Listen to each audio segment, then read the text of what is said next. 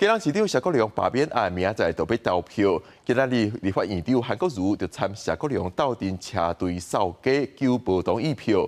罢梁的团体是加强宣传，过去发起罢免韩国瑜的罢韩四君子也到现场赞声。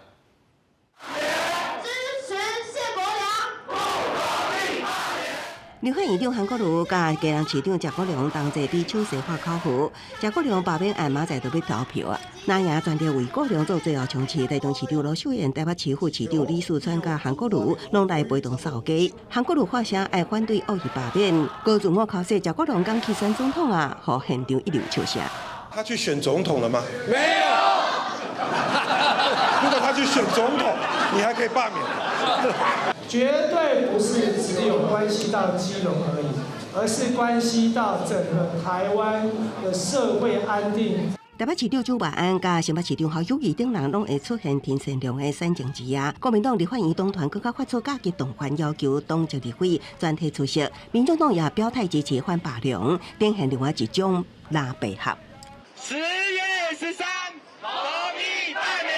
罢韩四君子就把家人到海洋广场挺罢免谢国良，发起罢免的公民团体，那把握时间拼6阵，暗时也举办暗会，希望推出更加侪罢免同意票。民进党秘书长也是前家人市长的林佑昌表示，那家人市政做得好，根本都袂拆梁，呼吁谢国良应该回应公民团体诉求。